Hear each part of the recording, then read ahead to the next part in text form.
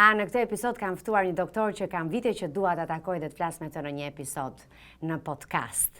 Mirë se erdhe doktor Orion Glozheni, babai i fekondimit in vitro në Shqipëri, e thash saktë? Mirë se u gjeta, faleminderit. Sa vjeç mund të jetë sot fëmia i parë që krijuat ju në epruvet? Fëmia i parë ka lindur në 2004, pra i bie që të jetë në maj të 2004, pra i bie të jetë 21 vjeç. Dhe janë dy vajza binjake që kanë lindur. Të shëndetshme dhe... Po, në përgjithësi janë binjake ose binjak? Jo. Se shethën? Ka një incidencë më të shpeshtë të binjakëve, sepse ne për të pasur ca rezultate më të mira, nganjëherë transferojmë brenda mitrës më shumë se një embrion. Dhe sigurisht nëse ti transferon 2 embrione, 3 tash nuk transferojmë më se 3 risku për të pas trinjak është më i madh, është një incidencë më e madhe e barave binjake, po jo domosdoshmërisht. Shumica që mbeten shtatzan mbeten me një fëmijë. Nëse do i takonit, ndoshta dhe i keni takuar vajzat binjake, çfarë do ju thoshin? Unë i takoj shpesh, sepse ato vinë më takojnë me respekt dhe me dashuri, her pas here. Ato janë në universitet që të dyja, janë shumë mirë me mësime, ecin mirë dhe vërtet është një kënaqësi e madhe që të takosh dy produktet e para të themi të kësaj teknike të bëra në vendin tonë. Do flasim shumë për këtë, po ajo çka më ngacmoi kur erdha dhe ju takova në maternitet për idenë e këtij podcasti, mendova çfarë ndjen një njeri që shkon çdo ditë në punë dhe institucioni ku punon ka emrin dhe mbiemrin e babait të tij, Koço Glozheni.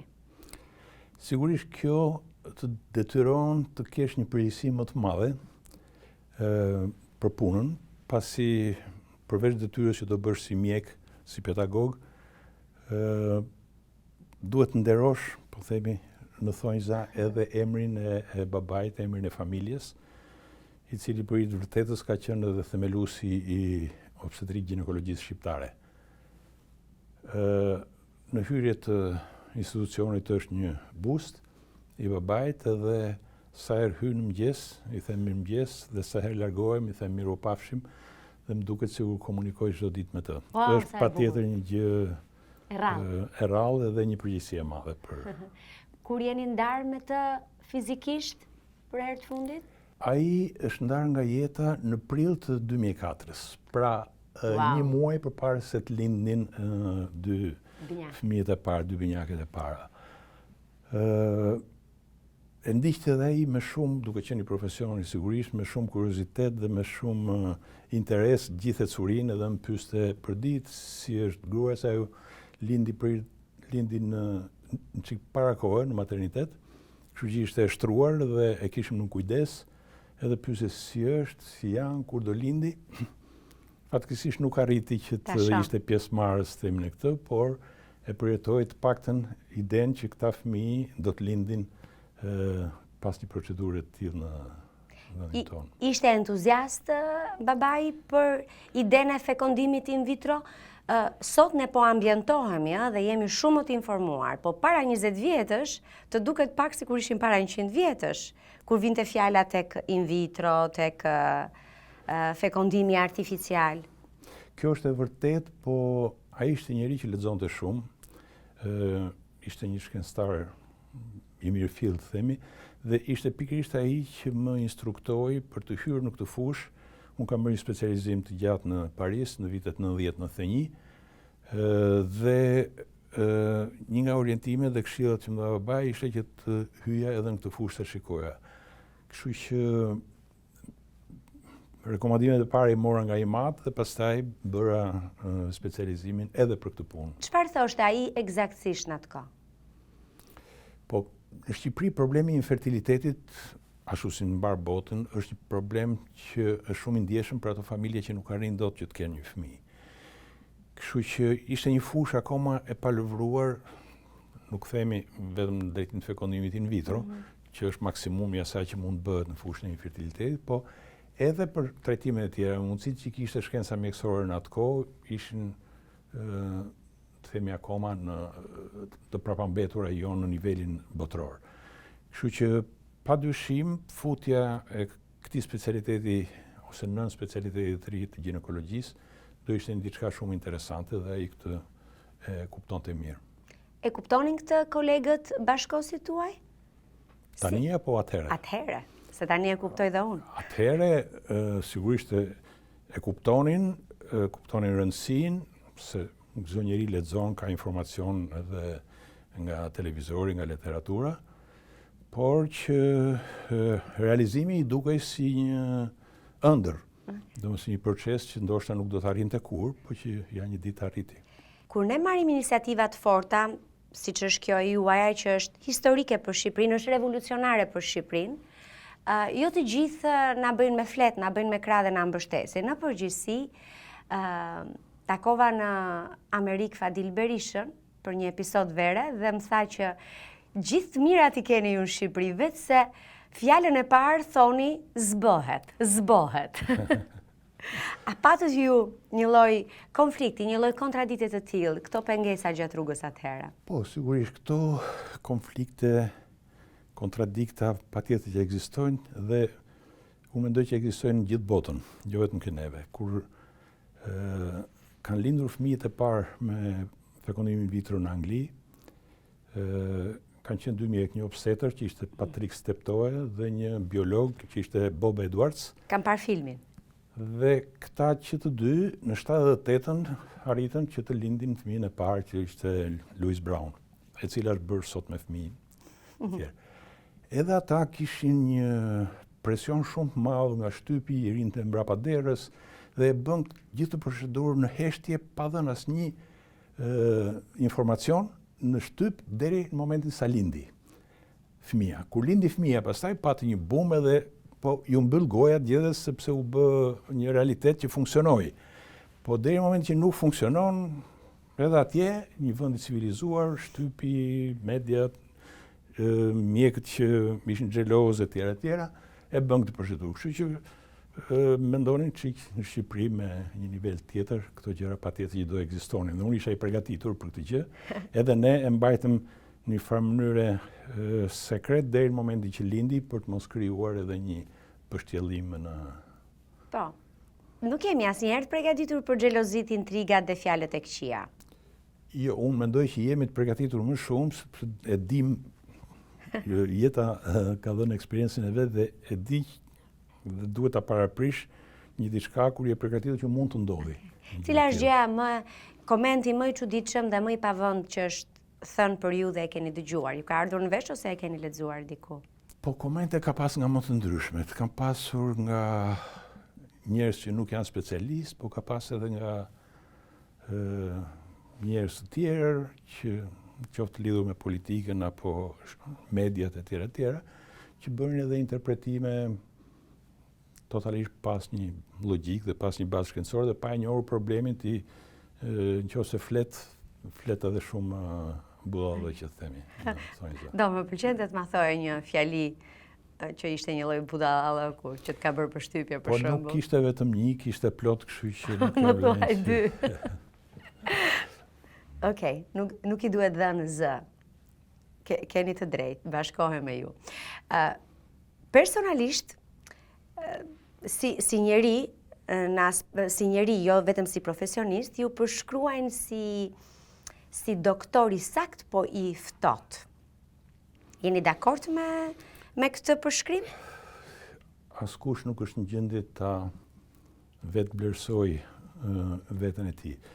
Unë mendoj që në profesionin tonë, veçanërisht në këtë specialitet që ne kemi, është shumë e rëndësishme që njeriu të jetë serioz, sepse ka të bëjë me gjëra intime që gruaja, çifti i hapet doktorit për të kuptuar problematikën që ka. Dhe në qoftë se nuk ke një seriozitet në këtë gjë, shpeshherë mund të interpretohesh keq. Kështu që unë mendoj që njerëz ose çifte vlerësojnë seriozitetin si ftohtësi, por do të themi shembull për ta ilustruar, kam pasur një çift që gruaja ishte shtatzan me probleme, e kam ndjekur gjatë shtazënisë, lindi me sukses, shkoi mirë çdo gjë dhe erdhëm bashkë me fëmijën masollën për ta parë mbas lindjes, mbas disa muajsh. Edhe më thot i shoqi që doktor thot ne fillimisht kur na ndiqje krijuam një ide jo të mirë se na dukesh e i ftohtë. Por tashi, mbasi ndodhen gjithë këto gjëra, e kuptojmë që çdo fjalë që na ke thënë, çdo gjë që na ke rekomanduar ka qenë eksaktësisht e saktë ashtu siç na e ke thënë. Dhe jemi shumë të lumtur që jemi ndjekur pranë teje për këto probleme që ka pasur gruaja. Kështu që ky është një perceptim individual. Ka njerëz që nuk e shohin këtë gjë, ka njerëz tjerë që ndoshta duhet ulen në kafe me doktorin apo në restorant me doktorin që thonë që ky doktor që ka i mirë dhe i ngrohtë. Unë nuk bëj pjesë në këtë kategori. Okej. Ju çfarë mendoni për veten? Shikon, në profesionin ton është shumë e rëndësishme që ti jesh i vetë përmbajtur,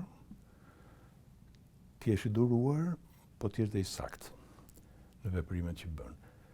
Nganjëherë është vështirë që ti kombinosh gjitha këto bashkë, sepse natyra, karakteri i njerëzit jo gjithmonë varet nga ty. Ka njerëz që janë më impulsiv, ka njerëz që janë më të qetë. Unë mendoj që bëj pjesë në njerëzit e qetë dhe të arsyeshëm. Pastaj çdo njeri ka momente që shpërthen ndonjëherë në situata caktuara, por kjo ndodh shumë rrallë. Dukeni që i merrni dhe vendimet me arsye, por ama në përgjithësi tek gjëra të mëdha, nuk na të gjitha filozofët dhe studimet këtë thonë që nuk është arsyeja që na çon përpara, por instinkti. Dhe te kjo që ju keni bërë, në fakt ka më shumë instinkt dhe pasion se sa arsye. Patjetër që ka pasion radhë parë, që është një dashuri për profesionin, është një gjë që ti e ke bërë me dëshirë dhe ke vajtur për të mësuar një diçka, të cilën nëse nuk e vën në jetë, praktikisht quhet humbura gjithë ato vite që ti ke studiuar për këtë gjë. Kështu që në vitet e para kur u ktheva, situata në Shqipëri nuk ishte e mirë, spitaleve akoma më keq, gjendja ekonomike sigurisht jo e mirë. Kështu që ishte pamundur që për disa vjet unë ta filloja ta ushtroja këtë nën specialitet, themi. Pasi sigurisht duhen aparatura, të cilat kanë një kosto, duhen ambientet posaçme etj. Dhe kaluan një sër vitesh derisa u poq situata për ta filluar këtë procedurë. Dhe patjetër edhe sot, mas kaq vitesh që kanë kaluar, është një një punë të cilën vërtet e adhuroj, e dashuroj, dhe për më tepër këtë ta stimulojnë edhe çiftet. Domethënë vinë her pas here çiftet edhe thonë doktor na ka ndryshuar jetën. Na ka bërë me fëmijë, kishim vite të tëra që s'kishim fëmijë, nga s'kemi vajtur. Na ka ndryshuar jetën. Dhe vërtet, ardha e një fëmije në familje ndryshon jetën e çdo çifti. Dua shumë ta di çfarë ndjen një njeri që dëgjon këtë fjali nga kaq shumë, 10 qindra, ndoshta edhe mira bëhen gjatë rrugës çifte që i thonë na ka ndryshuar jetën. Ndjehet, unë them që ndjehet i mrekulluar, sepse unë e konsideroj veten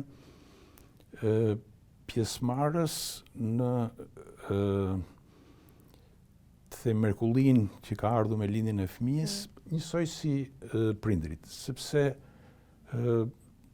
ti ke ushtruar gjithë profesionalitetin tënd për të arritur këtë gjë. Ata e perceptojnë patjetër sepse kanë fëmijën e tyre, po ti je pjesëmarrës që i ke dhuruar, i ke bërë një dhuratë të tillë dhe është njësoj dashuria dhe entuziazmi si prindrit që e kanë fëmijën, ashtu dhe mjeku që ka bërë të mundur arritjen e kësaj.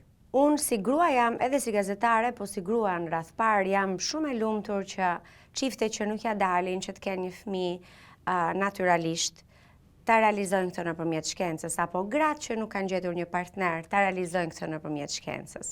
Po ka edhe një diskutim, ka disa që mendojnë që kjo është një ndërhyrje në punët e Zotit, në punët e Perëndisë. Ju si i përgjigjeni? Unë nuk besoj që është e vërtet kjo gjë, ndoshta edhe për faktin që unë bëm pjesë në njerëzit e shkencës. Arritja një fëmije, qoftë brenda çiftit me teknikat e riprodhimit mjekësor të asistuar ose fekundimit in vitro, siç quhet, ose për një grua e cila nuk ka një partner dhe dëshiron që të ketë një fëmijë, është një proces që kryhet në laborator, kryhet nga shkenca, nuk kryhet nga Zoti. Nga Zoti mund të quhet një grua që shkon në kish, bën një lutje edhe mbetet shtatzan vetë, kjo është një mrekulli e Zotit. Por ajo që kryhet në asistencën mjekësore në laborator është një punë e shkencës dhe jo e Zotit. A besoni tek Zoti? I pyes doktorët të gjithë për këtë. Është një pyetje e vështirë për brezin tonë. Ne jemi lindur dhe rritur në një sistem diktatorial ku Zoti nuk ekzistonte. Feja, kishat, xhamit ishin mbyllur që të gjitha, pra brezi jonë u rrit pa ndjenjën e besimit në Zot. Prindrit e mi që vinin nga një tjetër gjenerat, të dy përpiqeshin të respektonin festat fetare, ndonse në mënyrë të fshehur, themi, sepse atëre mund të përndiqeshe për këto veprime, por unë e kuptova këtë më mbrapa, mbas viteve 90, kur ndryshoi sistemi, kur u hapën kishat, prindërit mi filluan shkonin të dielave, edhe babai që ishte një shkencëtar, të themi, unë çuditesha si ka mundësi që shkon në kishë dhe shkonte me dashuri të madhe, sepse ata ishin rritur në familje që të vegjël shkonin në kishë. Ndiqnin rritet fetare, kështu që ishin edukuar, kurse brezi jonë nuk u edukua me këtë gjë. Unë kam shumë dëshirë, kur shkoj jashtë, për qoftë edhe në Shqipëri, të shkoj të vizitoj gjithë kultet fetare, qofshin këto katolike, ortodokse, muslimane, por për hir të vërtetës, pa një feeling, pa një ndjenjë të vërtet besimit. Në çdo moment njeriu nga njeriu shpëton edhe vetë fal në Zot ose fal Zotit ndodh dhe kjo, por që ky është realiteti. E vlerësoj shumë sinqeritetin në përgjigje. Si keni qenë ju fëmijë? Fëmijë kam qenë një djalë pas dy vajzash, pas dy motrash, që ishin më të mëdha se mua.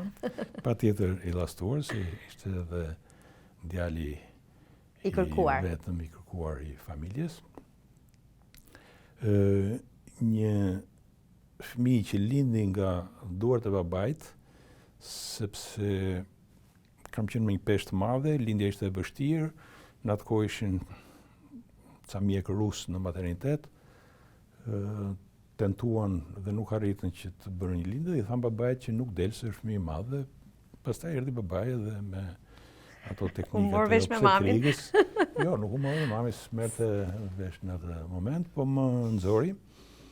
Dhe ja thosha vazhdimisht që e kam 2 herë jetën nga ty, një herë si baba edhe një herë si mjek që më nxore nga trupi i mamas.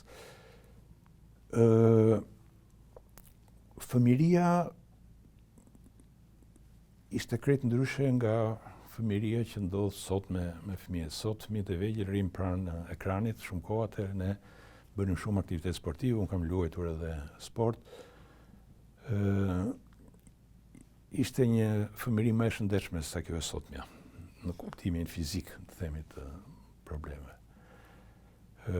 Me shoqëri, dilje në rrugë, nuk ishte rreziqe, nuk ishte makina, krejt ndryshe.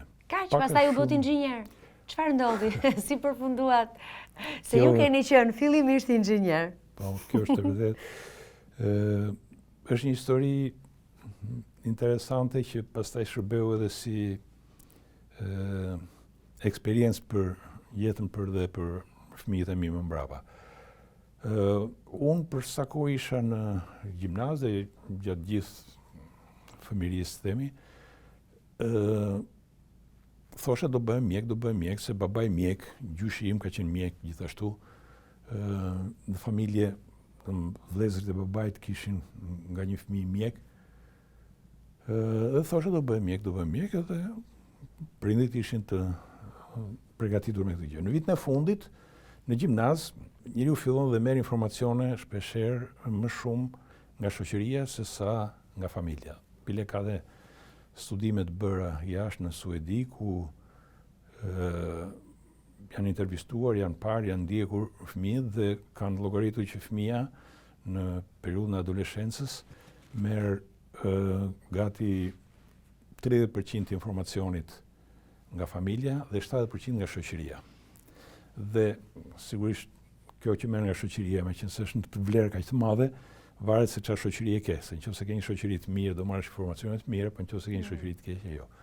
Nëse në atë kohë ishte era, të themi, e elektronikës, televizori, radio, kishte filluar një boom i kësaj gjëje dhe ndryshoi mendja në vitin e fundit dhe thash jo, nuk do bëhem mjek, do bëhem inxhinier. Bëra inxhinierin, për i vërtet mbarova me rezultate të mira, u caktova në një vend pune të mirë si inxhinier. Mirë po, isha i kënaqur domethënë edhe me profesionin edhe me vendin e punës, por ti piqesh, rritesh, shikoja në shtëpi një dhomë plot me libra deri në tavan, që ishin shumë herë më tepër se librat që kishte biblioteka kombëtare në fushën e specialitetit babait. Babai ishte maniak, blinte libra me lekë të veta, por usiste libra jashtë. Dhe thash, po, unë ç'dua në inxhinieri. Bi nga një familje mjekësh, kam një histori familjare mjekësh.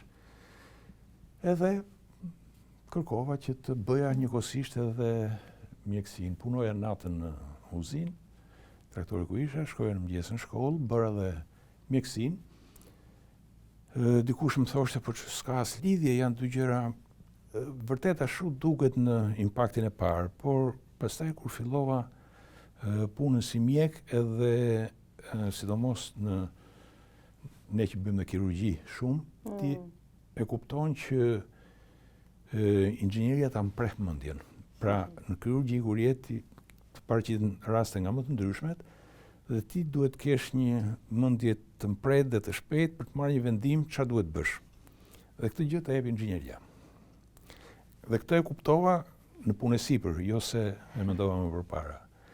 Kështu që inxhinieria ta mpreh mendjen, mjekësia është duke filluar nga momenti që ti shikon një stil krejt tjetër studimi kur fillon dhe lexon libra të mjekësisë krahasuar me ato të inxhinierisë. Në inxhinieri ti ke 100-200 faqe për dhënë provim, po i kuptove, e jep dhe e merr mirë. Po si kuptove dhe ngelesh.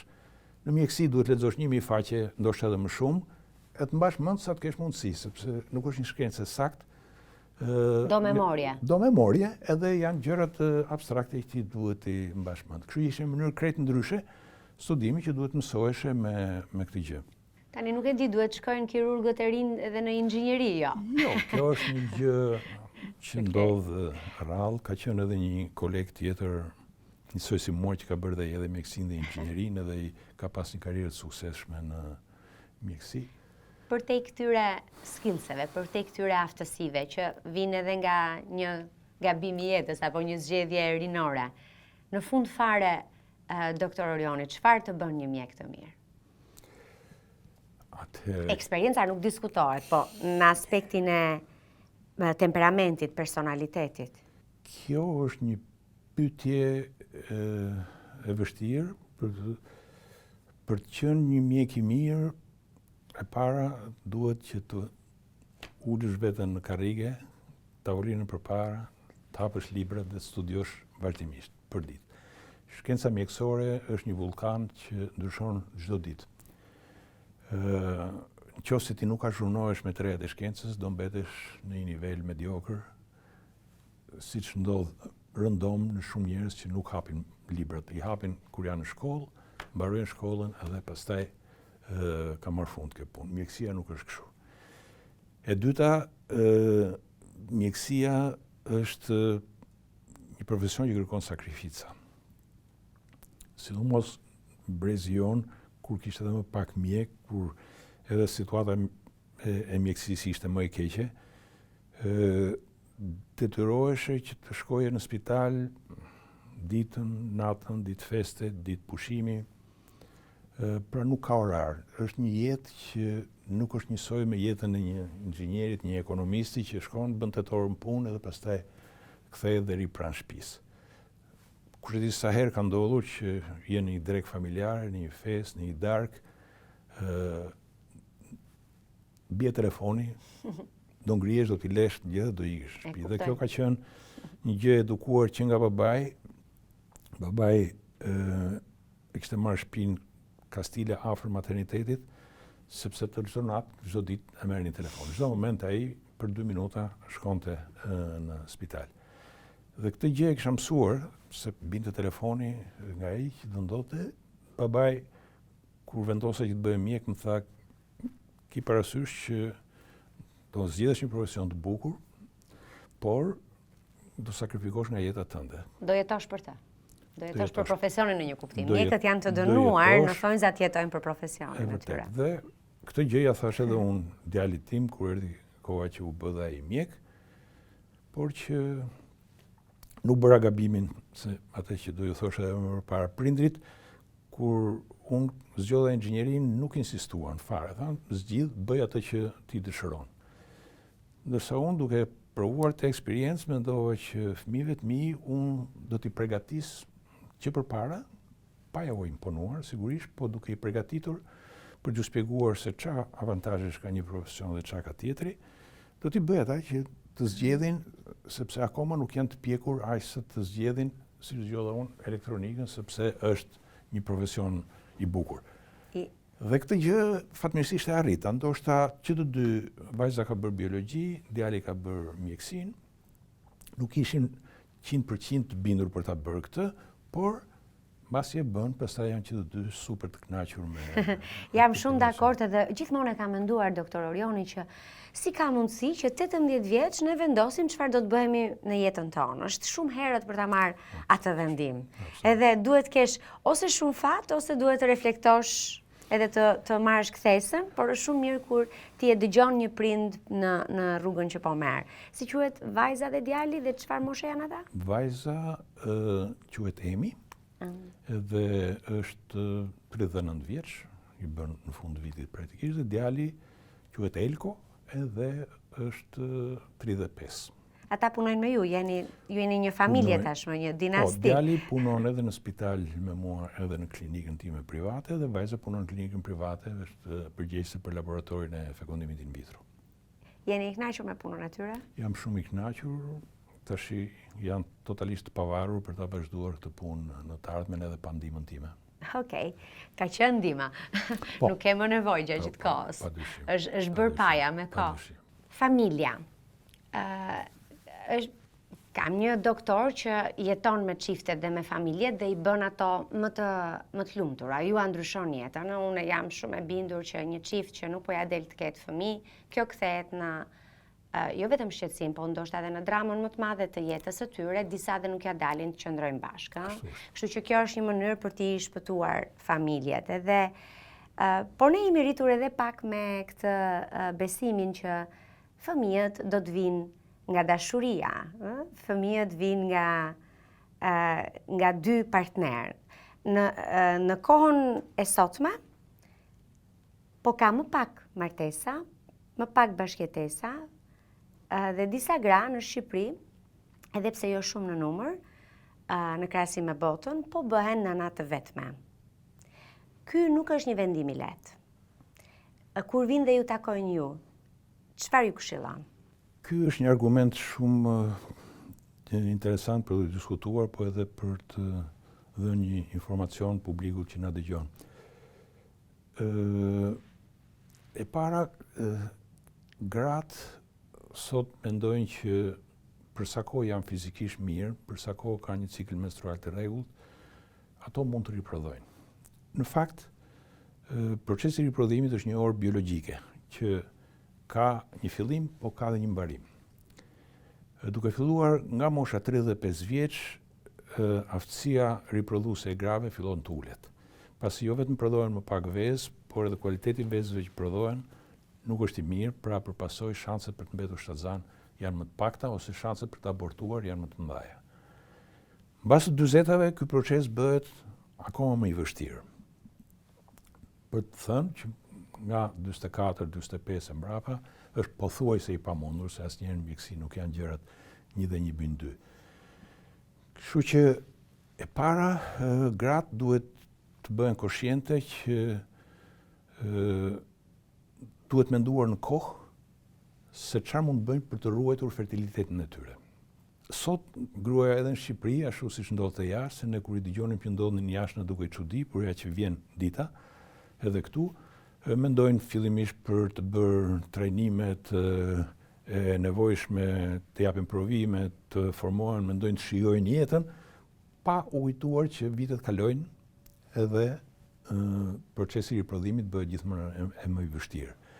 Kështu që për gratë të cilat nuk kanë gjetur një partner, që nuk janë predispozuar për të filluar një shtatzani akoma përpara moshës 35 vjeç, ajo që duhet bëjnë është që të marrin masa për të ruajtur në ngrirje një numër të caktuar vezësh, në mënyrë që t'i përdorin këto në një periudhë të dytë kur ato të dëshirojnë të kenë një fëmijë.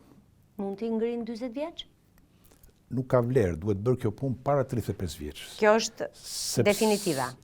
Po, sepse para 35 vjeçës kualiteti i vezëve që ti ruan është shumë më i mirë dhe nëse ti ruan vezë të një kualiteti të keq nuk ka asnjë vlerë.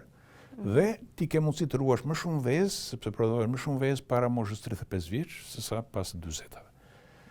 Kështu që duke i ruajtur këto, ti ke mundësi, është njësoj si një njeri që vët sa para më janë në një bank për t'i përdorur në një moment që ka nevojë për t'i shfrytzuar këto lekë.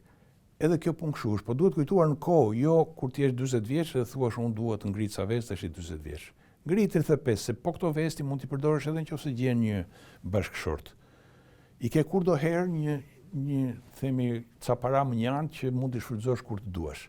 Pastaj, lidhur me faktin që do jetë një single mother, pra një nën pa një partner ose me një partner, kjo është një gjë që është në dëshirën e gruas, në përzgjedhjen e saj, po praktikisht është një proces biologjik që bëhet gjërësisht në botë dhe bëhet edhe tek neve. Ju çfarë mendoni?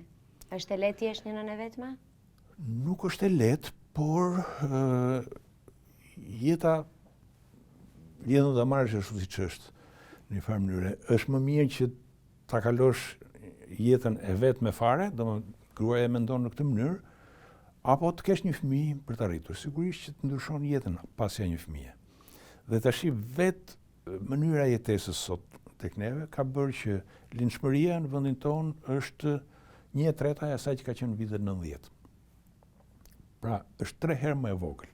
Dhe kjo, për hir të faktit që një pjesë e madhe e popullatës në moshë riprodhuese kanë emigruar, një pjesë e madhe e popullatës nuk bëjnë më 7, 8, 5, 10 kalamaj si të bënin më përpara, po tash i bën 1, 2 maksimumi, kur gjesh në 1/3 duhet ta shënosh në kalendar. Kryi prodhimi më pak edhe përpasoj është ulur nataliteti. Edhe për faktin që tham që gratë duan të kenë fëmijë në një moshë më të madhe, kjo ul shanset e tyre për të mbetur shtatzan, dhe përpasoj lindshmëria është ulur në më të ndjeshme. Dhe kjo duhet kompensuar. Domethënë lindshmëria është një nga pasuritë që ka një vend.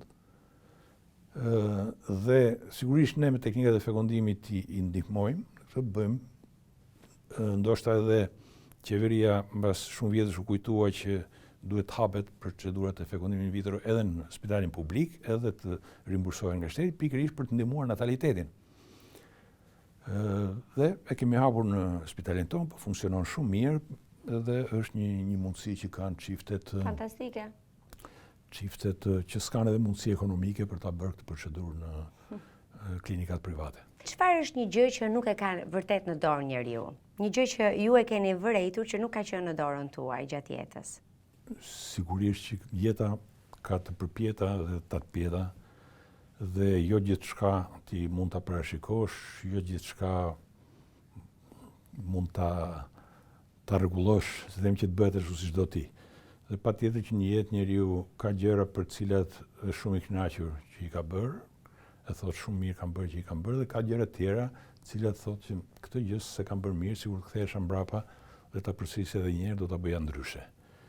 Dhe kur njeri nuk mund të jetë perfekt në të gjitha gjërat që të shkojë çdo gjë vaj, themi. Mendoj që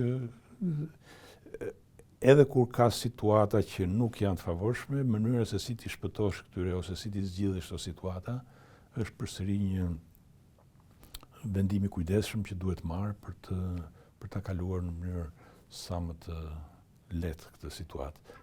Si ballafaqoheni ju me krizat, me problemet e jetës?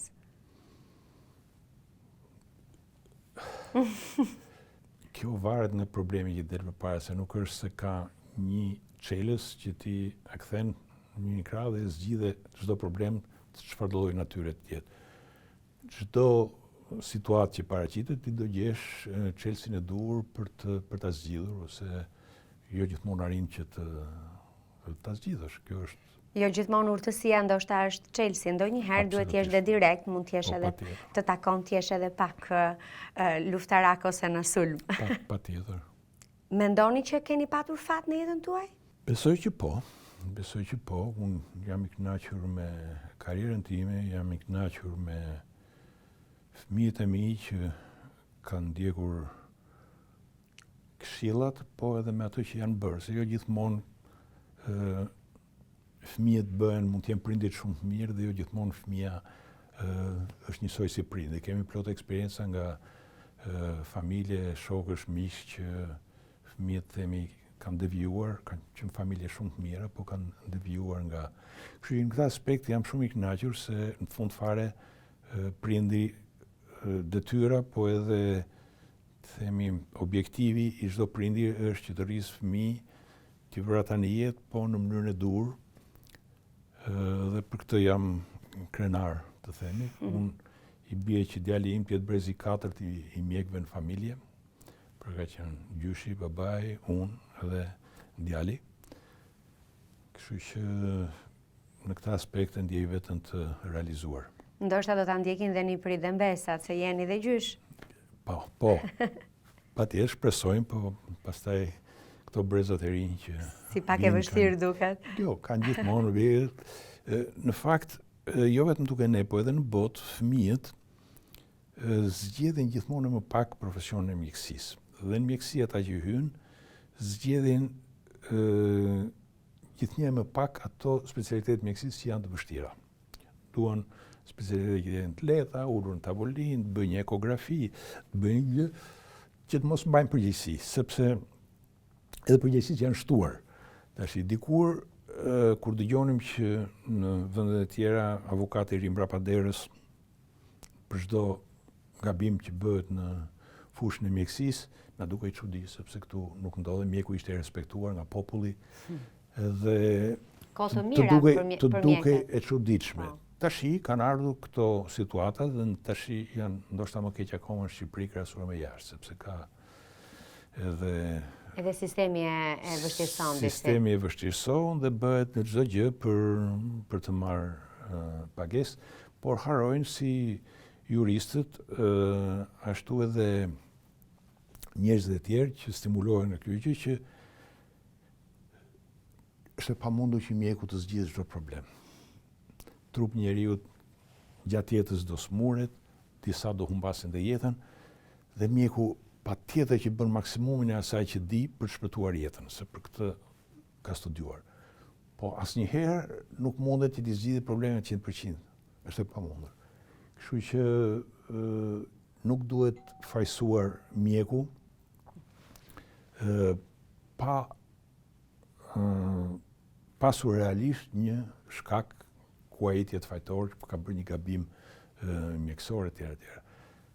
Dhe kjo gjë duhet patjetër të rregullohet, ndoshta edhe kodi i procedurës civile për këtë gjë, por që se do arrim një ditë që mjekët të mos marrin më përsipër për të bërë një operacion të vështirë, një trajtim të vështirë, sepse thotë ç'më duhet mua, ja po vdiq pacienti, unë do shkoj në burg për këtë. Domethënë është një themi nonsens që të vazhdohet në të drejtim që të penalizohet mjeku. Gjithmonë. Mund të tingëlloj pak naive, po gjithmonë kam qenë kurioze të di se si ndodh ai momenti i fekondimit në laborator gjithmonë, se naturalisht pak a shumë e dim. Ideja është që një çift mund mos ketë fëmijë qoftë për arsye të gruas, qoftë për arsye të burrit.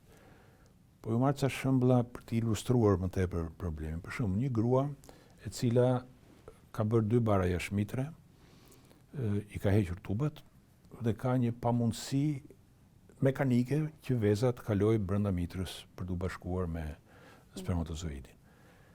Dhe në këtë raste merret veza, bashkohet në laborator, me qelizat e bashkëshortit, krijohet embrioni në laborator dhe ky embrion futet nëpërmjet qafës mitrës. Ose një rast tjetër, një shembull tjetër, kur burri nuk prodhon spermatozoide, ose ka shumë pak më mirë, themi,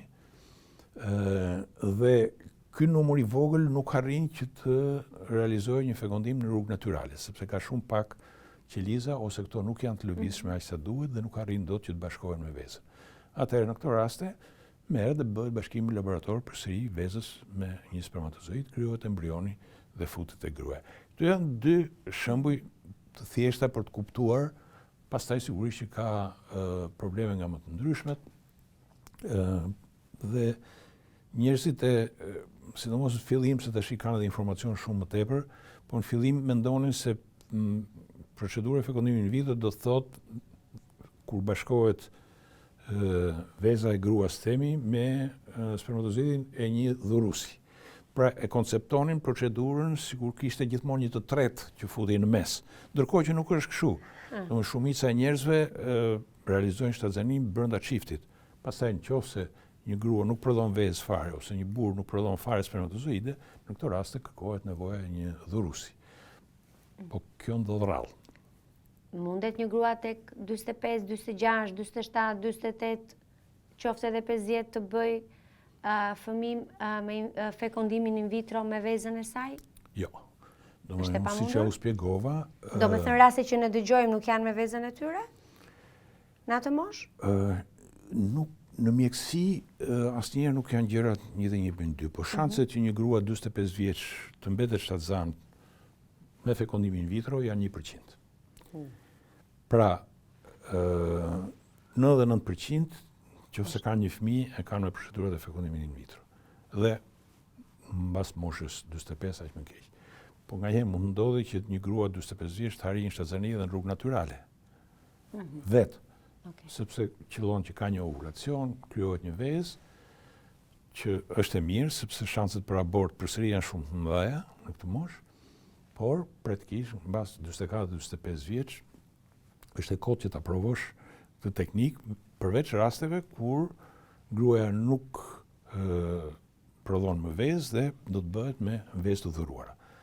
Me vezë të dhuruara, ligji shqiptar, si është kopjuar edhe nga ato të vendeve të zhvilluara, lejon themi dhurimin e vezëve deri në moshën 50 vjeç. Pra nëse gruaja është mbi 50 vjeç, nuk lejohet që ta bëjë këtë procedurë, pasi kur do ta bëj fëmijën, kur do ta rrisi, kur të jetë 65 vjeç ka probleme zemre, probleme të tjera shëndetësore që e bëjnë të pamundur mbikëqyrjen e fëmijës dhe kështu që prandaj është bërë një limit që deri në moshën 50 vjeç mund të bëhet qoftë procedura e fekondimit in vitro, qoftë edhe dhurimi i vezëve. E mira është që nën të bëhesh para moshës 35 vjeç, sipas mjekësisë gjithmonë. Po. Patjetër. Pas 35-s konsiderohesh që je nën e vonë. Natyra i ka bërë njerëzit që t'i lindin fëmijët në margin 18-30 vjeç. Kjo është periudha më mirë. 35-a konsiderohet si limiti i fundit. Maksimal i optimumit. Dhe mbas 35-a fillon që të ketë probleme me shanse më të vogla, me aborte më shumë, me keqformime më shumë të fëmijëve. Burrat apo gratë nga çiftet që ju takoni janë ato që kanë më shumë probleme në ditët e sotme, se gjithmonë më shumë çifte po zgjedhin rrugët e shkencës për të bërë me një fëmijë. Nuk e di çfarë ka ndodhur, po diçka ka ndodhur. Jo, statistikisht mendohet që shkaktari mashkullor dhe shkaktari femëror janë të barabarta, pothuajse, dhe vlerësohet që 30-40% janë shkaqe mashkullore, 30-40% shkaqe femërore dhe 20% janë shkaqe të dyve bashkë, kanë të dy probleme. Kjo është pak a shumë. Gruaja ka më tepër probleme që lidhen me moshën, lidhur me gjithë këto që thamë për kualitetin e vezës. Mashkulli nuk e ka shumë probleme në moshës, po ka probleme tjera që lidhen me duhanpirjen, me alkoolin, me profesionin, e tjera që bëjnë që ai të ketë më pak qeliza ose më pak lëvizshmëri. cilat profesione të pengojnë që të jesh një mashkull? Për shembull, profesionet që kanë punën në temperatura të larta, siç janë furpjekësit, ta që punojnë në furnaltat e larta, në metalurgji, këta që punojnë me insekticide, me pesticide, janë në kontaktin e substancave toksike, rrezikojnë më shumë që mos jenë fertil. Fertil, pjellor. E kuptoj. Si i duket një doktori një grua? Unë gjithmonë kam menduar, e di që mund t'i golloj pak naive, që mjekët obstetër ginekolog kanë fituar imunitet nga bukuria e grave dhe nuk e dia ai shohin gratë si të bukura. Ndoshta i shohin më të bukura nga të tjerët, shohin një bukuri tjetër, por nuk e di nëse ruhet afrodiziaku në një kuptim, çfarë ndodh me ju? Jo, kjo është një pyetje që e bëjnë shumë edhe njerëzit që shoqëria shumë nga që janë kurioz dhe duket sikur janë ziliqar që ti që punon në këtë profesion. Po nuk është as pak kështu, domethënë në punë e përditshme njeriu do mjekoj dhe të trajtoj bijet, mjekoj dhe të trajtoj si gruan e bukur edhe atë që nuk është, që është më pak e bukur, themi. Po unë i jap gjithmonë këtë përgjigje që i them ne jemi si punë e bankierit që numëron lekë gjithë ditën por nuk fut gjë në xhep.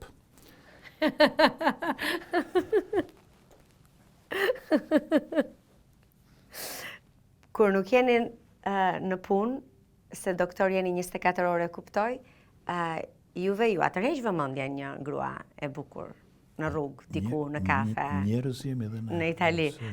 Njësoj, po pse në Itali, në Shqipëri? Po.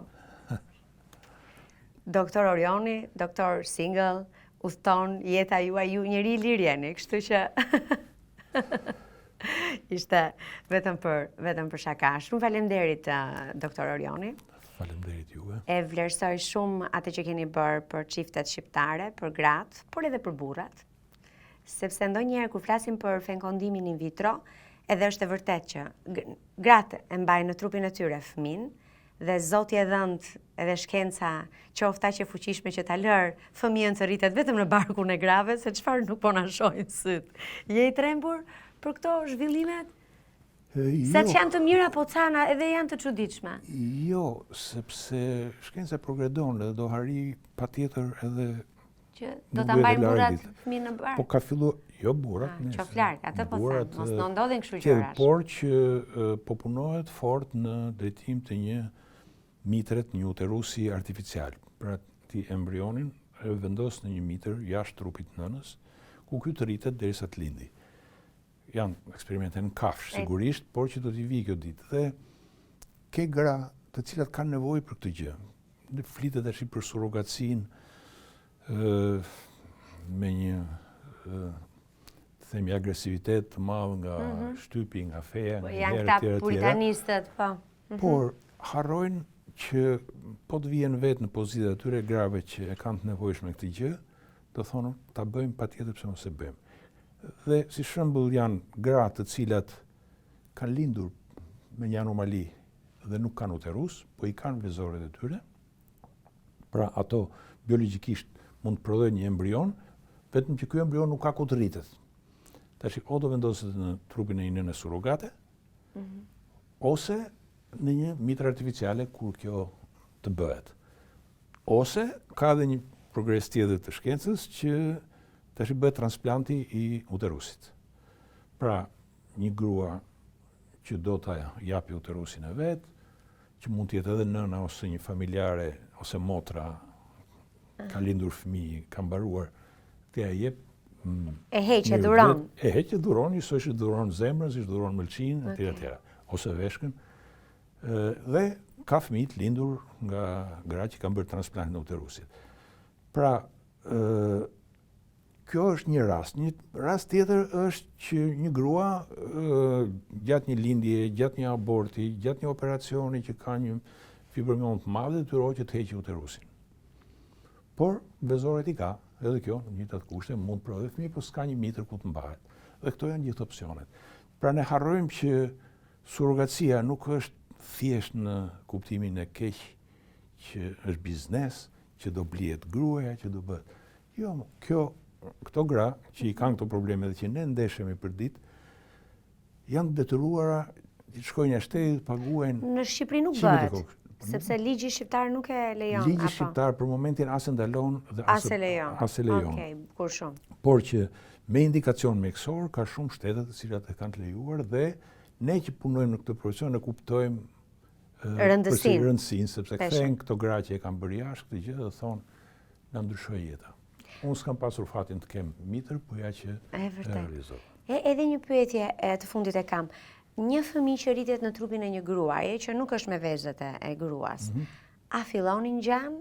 A ndikon rritja në atë trup? Jo. Pra, është vetëm ADN-ja? Jo, sepse gjenetikisht nuk ka asgjë të përbashkët nga nëna, ai mund të ngjajë nga babai, fëmia, ose e kundërta kur bëhet dhurimi i spermës. Jo, thjesht mendova lëngjet, gjaku, Jo, uji, ti e barku, ushqen, po atmosfera, mjedisi, mikromjedisi. Nuk ndryshon dot pemën gjenetike të fëmijës. E vetmja gjë që bëhet është që kur zgjidhet donatori, atëherë kur është e mundur, merret sa karakteristika që të jenë të përafërta me ato të nënës. Grupi gjakut, rezusi, bjond ose brun. Domethënë, sa gjëra të tilla mund të përzgjidhen. A e din nënat kush është? Jo, ligji shqiptar e ka të ndaluar, domethënë është anonim dhuruesi. Që bën sens. Po. Dhuruesët në përgjithësi janë nga Shqipëria apo janë të huaj? Mund të jenë edhe nga Shqipëria dhe të huaj. E zgjedh vetë, gjithmonë. Shumë mirë. Faleminderit shumë, doktor Orioni. Edhe të uroj shumë suksese. Faleminderit. Se shkenca vazhdon sjell të reja dhe kush e di. Patjetër.